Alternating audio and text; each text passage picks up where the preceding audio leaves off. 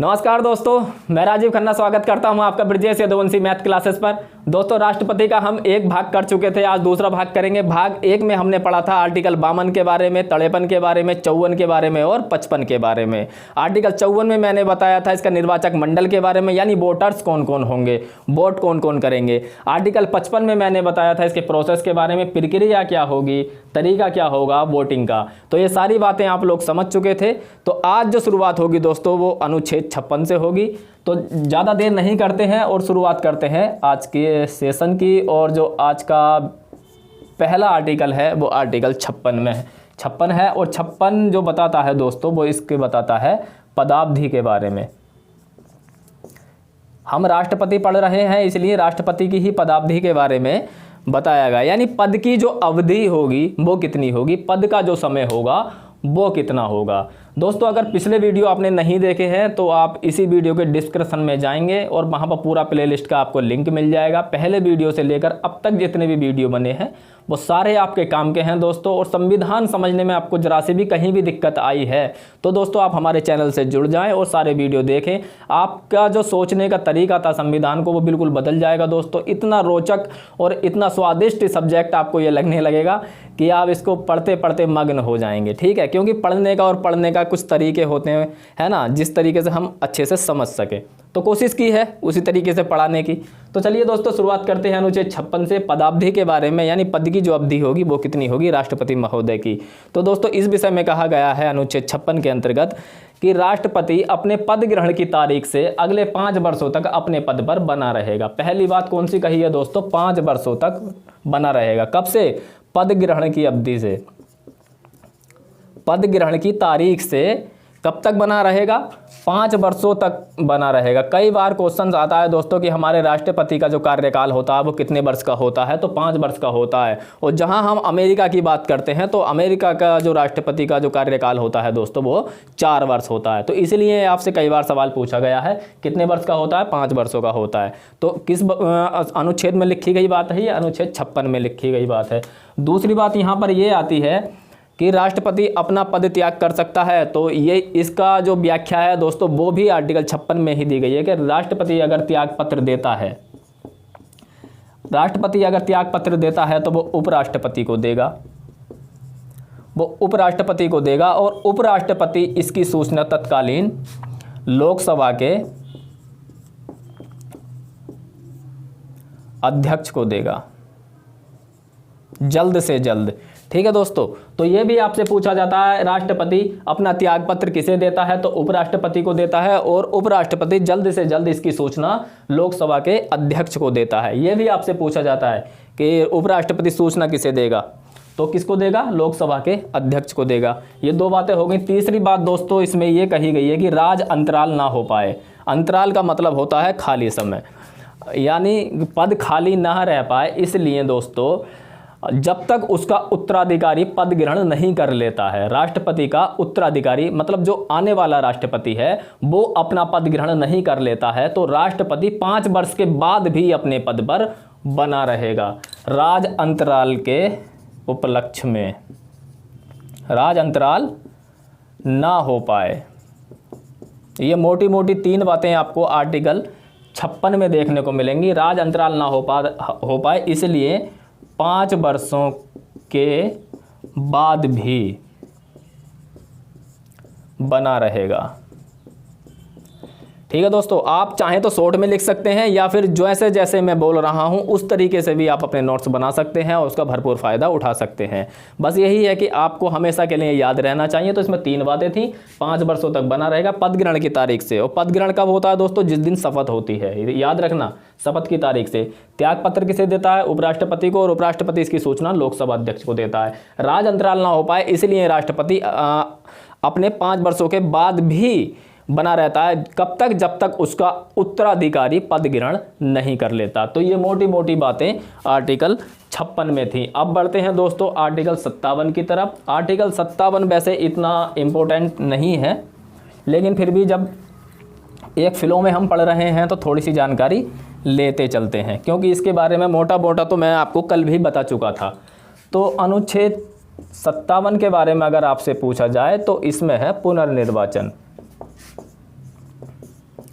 पुनर्निर्वाचन का मतलब ये हुआ दोस्तों, एक व्यक्ति कितनी बार राष्ट्रपति बन सकता है। क्या इससे संबंधित कोई उल्लेख हमारे भारतीय संविधान के अंतर्गत देखने को मिलता है? तो इसका जवाब है नहीं।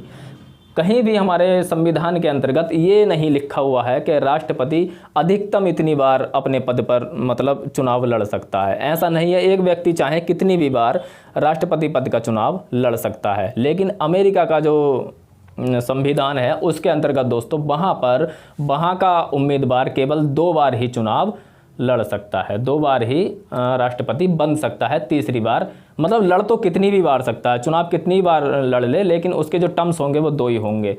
एक बार राष्ट्रपति रह लिया, फिर दूसरी बार रह सकता है, तीसरी बार नहीं। लेकिन भारत का जो राष्ट्रपति है वो कितनी भी बार राष्ट्रपति बन सकता है, इसकी कोई बाधा हमारे संविधान में देखने को नहीं मिलती है। एक व्यक्ति कितनी बार लड़ सकता है, ये बातें जो हैं ये इसमें लिखी हुई हैं। और फिर दूसरी बात, जैसे कि मैंने आपको बताया था कि मिनिमम एज जो इसकी 35 वर्ष है, क्या मैक्सिमम भी है? तो मैक्सिमम एज इसका उल्लेख नहीं मिलता है।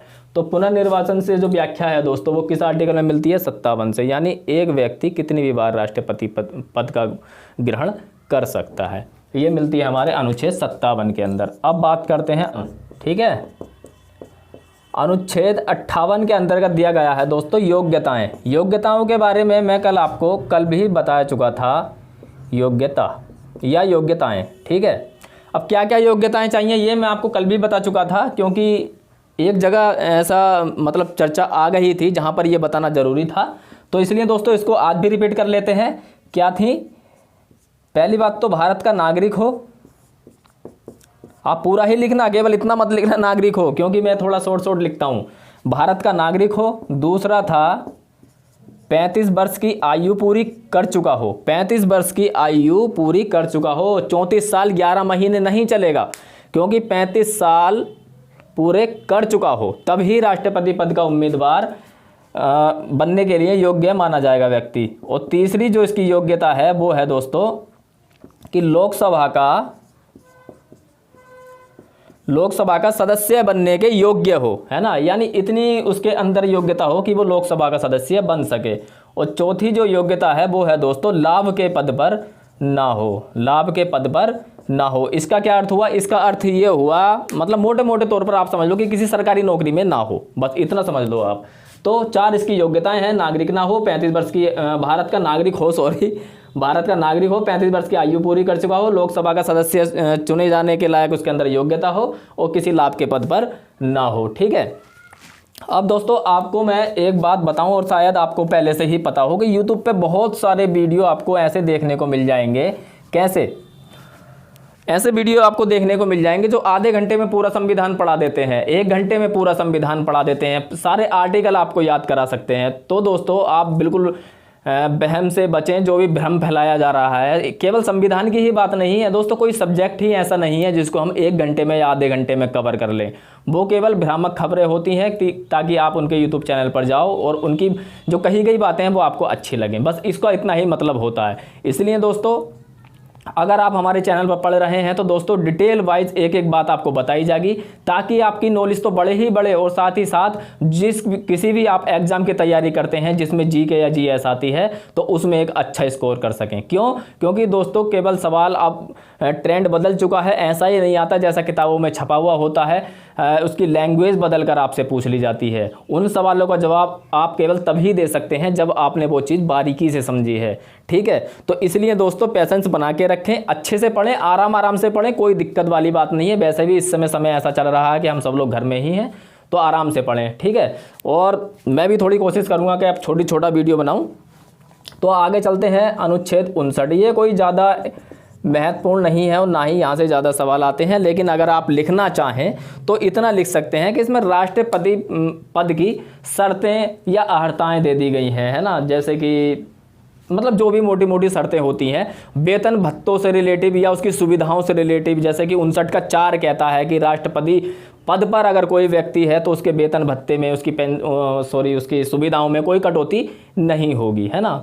तो इसमें केवल आप यही लिख लें राष्ट्रपति पद की शर्तें, बस। उसके बाद अनुच्छेद आता है 60। अनुच्छेद 60 आता है। इसमें क्या है दोस्तों? इसमें है शपथ का प्रावधान कि राष्ट्रपति शपथ लेगा तो वो किसके समक्ष लेगा? तो दोस्तों राष्ट्रपति महोदय जब भी शपथ ग्रहण करते हैं तो वो भारत के मुख्य न्यायाधीश के समक्ष करते हैं। ठीक है, जो हमारे सुप्रीम कोर्ट के चीफ जस्टिस होते हैं उनके सामने शपथ ग्रहण करते हैं, या वो उनको शपथ दिलाते हैं। कौन? चीफ जस्टिस राष्ट्रपति को शपथ दिलाते हैं। लेकिन अगर वो नहीं है ना, किसी कारणवश अगर भारत के मुख्य न्यायाधीश उपस्थित नहीं हैं, तो ये प्रावधान किया गया है आर्टिकल 60 के अंतर्गत कि उच्चतम न्यायालय यानी सुप्रीम कोर्ट, उच्चतम न्यायालय के जो वरिष्ठ न्यायाधीश होंगे उनके समक्ष राष्ट्रपति महोदय शपथ ग्रहण करेंगे। ठीक है, तो ये सारी बातें आप अपने नोट्स में नोट करके चलें, क्योंकि दोस्तों अगर ये पूछा जाए आपसे कि शपथ का प्रावधान किस अनुच्छेद में है तो आप कहेंगे 60। अगर आपसे पूछा जाए किसके समक्ष शपथ ग्रहण की जाती है तो आप कहेंगे उच्चतम न्यायालय के मुख्य न्यायाधीश। अगर आपसे पूछा जाए उनकी अनुपस्थिति में किसके समक्ष राष्ट्रपति महोदय शपथ ग्रहण करते हैं तो आपका जवाब होगा उच्चतम न्यायालय के वरिष्ठ न्यायाधीश। ठीक है दोस्तों, तो 60 तक हमने पढ़ा।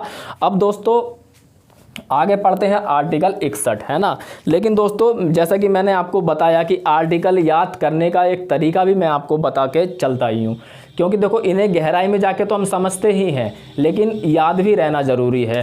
तो जैसे मैंने आपको बताया था बामन और तड़ेपन, है ना, संवैधानिक प्रधान होगा, भारत का प्रथम नागरिक कहलाएगा, आर्टिकल 52। आर्टिकल 53 क्या था? संघीय कार्यपालिका का प्रधान होगा, कार्यपालिकाएं की शक्ति राष्ट्रपति में निहित होंगी। इन दोनों को आप एक साथ पढ़ें। 54-55 को आप एक साथ पढ़ें। कैसे? इसमें निर्वाचन मंडल हो जाएगा और इसमें निर्वाचन प्रक्रिया हो जाएगी। डिटेल में पढ़ना है वो मैं आपको बता चुका हूं कल ही, लेकिन मैं एक याद करने का प्रोसेस बता रहा हूं। उसके बाद में आता है 56 और 57। अब दोस्तों निर्वाचन मंडल भी मतलब वोटर भी हमने देख लिए, वोट भी पड़ गए, निर्वाचन भी हो गया, है ना। तो अब इसका आएगा पद अवधि, कब तक बना रहेगा, है ना। तो ये सारी बातें पदावधि की जो हैं वो 56 में है। और 57 में क्या था दोस्तों? जैसा कि मैंने अभी बताया पुनर्निर्वाचन। तो इन्हें आप एक साथ पढ़ें, है ना।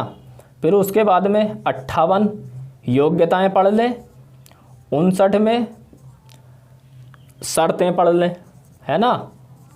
बचा 60 को आप कैसे याद कर सकते हैं? 60 से 60 से शपथ, ऐसे आप याद करके चलें तो एकदम आपके क्रम वाइज सारे आर्टिकल याद हो जाएंगे। 60 से 60 और 60 से शपथ। ठीक है, अब बचता है 61 आपको इस तरीके से याद रहेगा, क्योंकि दोस्तों इसमें राष्ट्रपति महोदय को पद से हटाने की जो प्रक्रिया है उसकी व्याख्या की गई है। तो आगे चलते हैं अनुच्छेद 61 की ओर। 61 में है दोस्तों महाभियोग। राष्ट्रपति पद को जो पद से हटाने की प्रक्रिया होती है उसे कहते हैं महाभियोग। अब ये दोस्तों महाभियोग आर्टिकल अनुच्छेद में है, लेकिन ये राष्ट्रपति महोदय पर कब लगाया जा सकता है? तो दोस्तों पूरे संविधान के अंतर्गत केवल इसका एक ही कारण बताया गया है और वो कारण है संविधान का अतिक्रमण। यानी संविधान का अतिक्रमण जब भी राष्ट्रपति महोदय करेंगे तब क्या होगा? महाभियोग लगाया जा सकता है। ठीक है, संविधान के अतिक्रमण पर। अब दोस्तों पूछा आपसे ये भी जाता है कि महाभियोग संसद के किस सदन द्वारा लगाया जाता है, क्योंकि दोस्तों आपको पता है संसद के 3 अंग होते हैं, राष्ट्रपति, लोकसभा और राज्यसभा। लेकिन अगर बात करी जाए संसद के सदन कितने होते हैं तो संसद के 2 सदन होते हैं, लोकसभा और राज्यसभा। इस बारे में आपको अगर वीडियो देखनी है तो दोस्तों मैंने कार्यपालिका, विधायिका और न्यायपालिका का एक छोटा वीडियो करीब 20 मिनट का बनाकर डाला हुआ है, उसमें आपको संपूर्ण जानकारी मिल जाएगी इन्हीं रिलेटिव बातों से। और उसी का भाग है कार्यपालिका। कार्यपालिका का जो भाग था दोस्तों वही हमने शुरुआत की है राष्ट्रपति पद से। ठीक है, और इसी को हम आगे बढ़ा रहे हैं। तो आपसे पूछा जाता है कि संसद के किस सदन द्वारा लगाया जाता है, तो दोस्तों संसद का कोई विशेष सदन को इसका दायित्व नहीं सौंपा गया है, बल्कि हमारे संविधान के अंतर्गत जो इसकी व्याख्या दी गई है वो ये कहा गया है कि संसद का कोई भी सदन महाभियोग लगा सकता है। अर्थात संसद के दोनों सदनों में से कोई सा भी सदन महाभियोग राष्ट्रपति पर लगा सकता है। ठीक है दोस्तों, 2 सदन होते हैं, एक होता है लोकसभा और एक होता है राज्यसभा। अब देखो दोस्तों इसकी कुछ थोड़ी सी डिटेल में जाके बात कर लेते हैं। मान लीजिए किसी भी सदन में, मतलब सदन का नाम लूँ तो आप किसी एक विशेष को ना समझे, दोनों में से किसी को भी आप समझ सकते हैं। तो किसी भी सदन में अगर राष्ट्रपति पर महाभियोग लगाने का विचाराधीन है तो दोस्तों इसकी सूचना राष्ट्रपति महोदय को वो सदन जिसमें विचार किया जा रहा है कि राष्ट्रपति पर महाभियोग लगाना चाहिए, चाहे वो राज्यसभा में विचार हो रहा है या वो लोकसभा में विचार हो रहा है, किसी में भी हो सकता है, तो वो सदन 14 दिन पहले राष्ट्रपति को लिखित सूचना देगा। अब इसको एग्जाम्पल से समझते हैं। मान लीजिए राज्यसभा में राष्ट्रपति महोदय पर महाभियोग लगाने की प्रक्रिया पर विचार हो रहा है, तो 14 दिन पहले ये सूचना राष्ट्रपति महोदय को दे दी जाएगी इसी सदन द्वारा, जिस पर हस्ताक्षर कितने होंगे। ये क्या है दोस्तों, एक पत्र है ना। 14 दिन पहले एक पत्र लिखा जाएगा और इस पत्र पर जो हस्ताक्षर होंगे वो होंगे दोस्तों 1/4। यानी कि जो पत्र राष्ट्रपति पर भेजा जाता है उस सदन द्वारा जिसमें प्रस्ताव पारित होने की आशंका है या उम्मीद है, तो वो दोस्तों 1/4 से एक पत्र लिखते हैं, मतलब 1/4 इतना हमें मत चाहिए होता है उस सदन का जिसमें प्रस्ताव पारित है, तब वो लेटर राष्ट्रपति महोदय पर जाता है। ठीक, पहुंच गया। अब उसके बाद यहाँ पर प्रक्रिया शुरू होती है। इतना तो आपने समझ लिया, इस पत्र पर 1/4 चाहिए, केवल इतना ही ध्यान रखना, कभी आप ज़्यादा दिमाग लगाने लगो। अब सुनो आगे की बात। पत्र पहुंच गया, अब यहाँ पर प्रस्ताव पारित होने वाला है। तो दोस्तों ये पारित कब होगा, जब इस सदन के 2/3 यानी कि 3 में से 2 ये होता है बहुमत, यानी इसको हम विशेष बहुमत भी कहते हैं। तो दोस्तों इस विशेष बहुमत से अगर ये प्रस्ताव पारित हो जाता है, मतलब इतना बहुमत अगर मिल गया उस सदन में जिसमें ये प्रक्रिया चल रही थी, तो वो प्रस्ताव पारित मान लिया जाएगा। इतना वोट अगर मिल जाता है, 2/3 बहुमत अगर मिल जाता है, तो दोस्तों ये प्रस्ताव पारित मान लिया जाएगा। फिर यही जो प्रस्ताव है ये जाएगा हमारा दूसरे सदन में। दूसरा सदन इस बात पर, इस पत्र को पढ़ेगा, उस पर गौर करेगा कि जो राष्ट्रपति महोदय पर लगाए गए आरोप मतलब गलत हैं या ठीक हैं। अगर उन आरोपों की पुष्टि हो जाती है जो राष्ट्रपति महोदय पर लगाए गए हैं, यानी सिद्ध हो जाता है कि हाँ वो आरोपी हैं, तब दोस्तों इस सदन का भी एक रूल है कि यहाँ भी प्रस्ताव, ये जो प्रस्ताव यहाँ से आया था, अब लागू कब होगा, लागू तब होगा दोस्तों जब इस सदन का भी 2/3 बहुमत मिल जाएगा। ये आपसे पूछा जाता है। पत्र वाला तो खैर नहीं पूछा जाता, जो राष्ट्रपति को 14 दिन पहले सूचना दी जाती है उस पर 1/4 चाहिए होते हैं। लेकिन अपने सदन में अगर वो पेश करना है, प्रस्ताव को मंजूरी दिलानी है, तो 2/3 अपने सदन में मिल गई। अब वो जब दूसरे सदन में गया वही प्रस्ताव, तो पहले तो उसकी जांच होगी। अगर वो आरोप सिद्ध हो जाते हैं राष्ट्रपति महोदय पर, तब अगर इतना बहुमत मिल जाता है 2/3, तब ये महाभियोग की प्रक्रिया पूर्ण मानी जाती है और उसी तारीख से राष्ट्रपति महोदय को अपना त्याग पत्र देना होता है। तो दोस्तों ये थी महाभियोग की पूरी प्रक्रिया। अब आपके दिमाग में जो सवाल आ सकते हैं वो क्या क्या आ सकते हैं। महाभियोग आपने समझ लिया, पत्र पर जो राष्ट्रपति पद को जाता है। ये बात आप चाहे नोट मत करना अगर आपको इंपॉर्टेंट ना लगे, लेकिन ये जरूर नोट करना कि प्रस्ताव अगर पारित जिस सदन में हो रहा है वहाँ भी 2/3, और जिस सदन में जाएगा उसकी मतलब जांच होने के लिए कि आरोप ठीक हैं या गलत हैं, तो वहाँ भी 2/3 बहुमत चाहिए, है ना। तो ये 2/3 बहुमत का बहुत बड़ा खेल है, कई बार पूछा जाता है। अब जो आपके मन में सवाल आ रहा होगा वो सवाल ये आ रहा होगा कि अभी हमने आर्टिकल 56 पढ़ा था और आर्टिकल 56 में ये कहा गया था कि राष्ट्रपति पद का जब तक उत्तराधिकारी नहीं आ जाता तब तक भी अपने पद पर बना रहेगा 5 वर्ष के बाद भी। अगर ये स्थिति आ गई कि त्याग पत्र दे दिया, तब क्या होगा, तब फिर तो राजअंतराल हो जाएगा। और हम 56 क्या कहता है कि राजअंतराल ना हो पाए, इसलिए राष्ट्रपति अपने पद पर बना रहेगा जब तक उसका नया उम्मीदवार या नया उत्तराधिकारी नहीं आ जाए। उत्तराधिकारी मतलब जब तक पद ग्रहण करके ना जाए, शपथ लेके ना आ जाए, तब तक राष्ट्रपति अपने पद पर बना रहेगा। तो क्या दोस्तों इस स्थिति में भी जब प्रस्ताव पारित हो गया, लागू होगा, महाभियोग लग गया, त्याग पत्र भी दे दिया, तो क्या इस स्थिति में भी? तो इसका जवाब है नहीं दोस्तों। ऐसी स्थिति में राष्ट्रपति अपने पद पर नहीं रहेगा। साफ साफ 61 में कहा गया कि उसी दिन से राष्ट्रपति को अपना त्याग पत्र देना होगा। तब क्या होगा, इसके बाद क्या होगा? तो दोस्तों इसके बाद की जो कहानी है वो इससे अगला जो अनुच्छेद है आर्टिकल 62, अनुच्छेद 62 वो बताता है।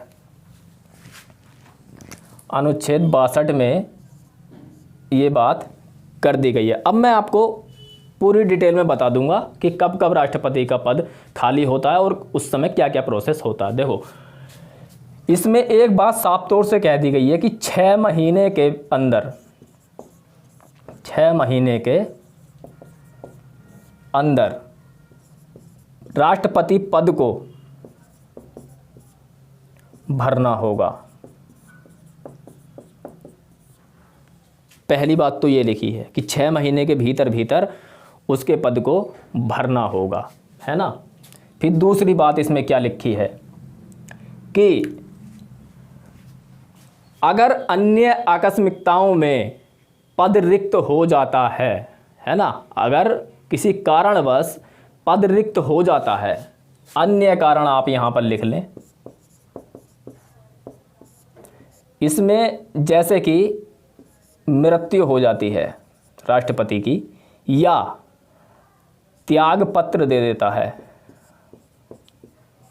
या महाभियोग जो हमने अभी पढ़ा, ये 3 कारण मोटे मोटे हो सकते हैं। अन्य कारण है ना, एक कारण तो वही है जब अपनी पद की समाप्ति पर पद खाली करेगा, एक तो वो है।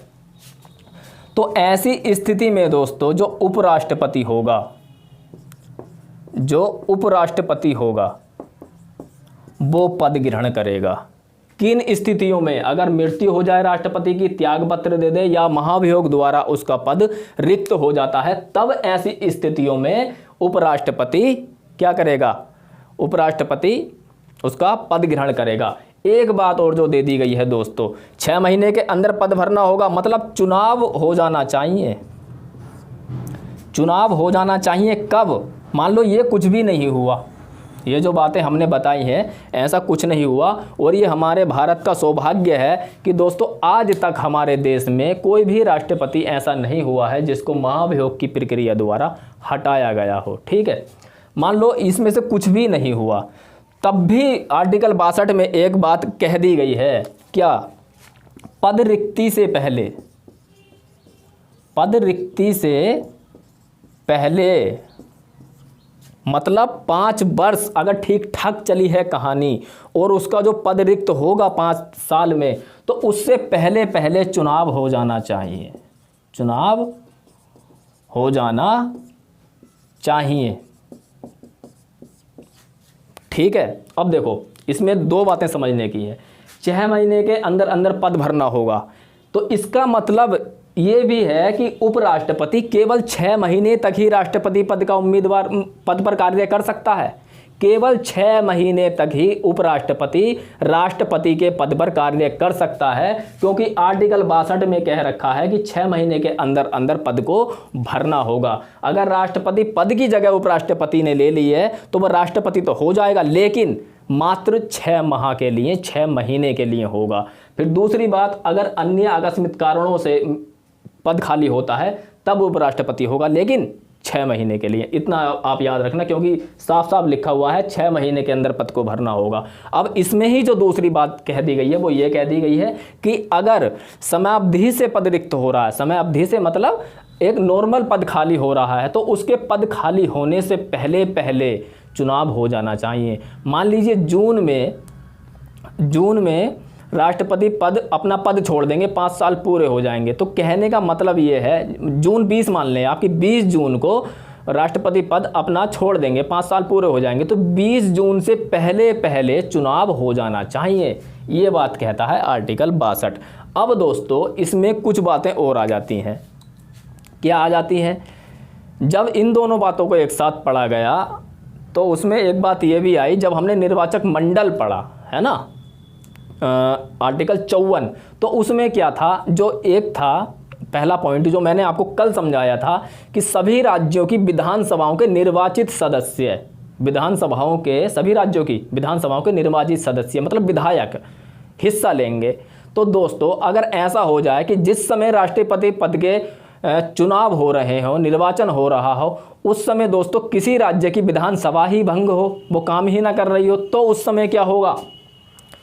तो उस समय क्या चुनाव रोके जाएंगे? अगर किसी राज्य की विधानसभा भंग है, वो चुनाव में हिस्सा नहीं ले सकती, और जबकि 54 में कहता है कि सभी राज्यों की विधानसभाओं के निर्वाचित सदस्य भाग लेंगे, और एक राज्य की सरकार है ही नहीं, विधानसभा है ही नहीं, बाकी भंग पड़ी है, तब क्या चुनाव होंगे? तो इसका जवाब है हाँ, बिल्कुल होंगे, क्योंकि आर्टिकल 62 कहता है कि आंधी आए, तूफान आए, कुछ भी हो, चुनाव तो 6 महीने के पद रिक्ति से पहले चुनाव तो होगा ही होगा। ये बात इसमें साफ साफ लिखी हुई है कि पद रिक्ति से पहले चुनाव हो जाना चाहिए, किसी भी स्थिति हो, चाहे कुछ भी स्थिति हो, चुनाव तो होगा ही होगा। जब संविधान निर्माताओं ने ये बात पढ़ी, तब ये निष्कर्ष निकाला कि किसी भी स्थिति में हम राष्ट्रपति का चुनाव नहीं रोक सकते।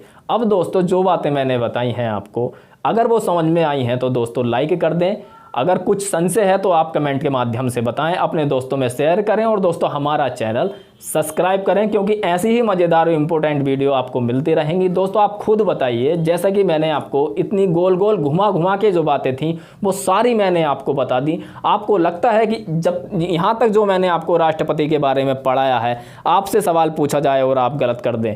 मैं चाहता तो मैं भी आपको 15-20 मिनट में राष्ट्रपति पूरा ही समाप्त कर सकता था, बस आर्टिकल के नाम लिखता, इसमें ये बात ख़त्म हो जाती। लेकिन दोस्तों जैसा कि मैंने आपको बताया कि सवाल घुमाकर भी पूछा जा सकता है। मेरा कर्तव्य ये है दोस्तों, मेरा फ़र्ज़ ये है कि मैं आपको गुमराह ना करूं, आपको एक अच्छे रास्ते पर ले जाऊं, भले ही दोस्तों उसमें थोड़ा सा वक्त लगे। दोस्तों आपने एक कहावत तो ज़रूर ही सुनी होगी कि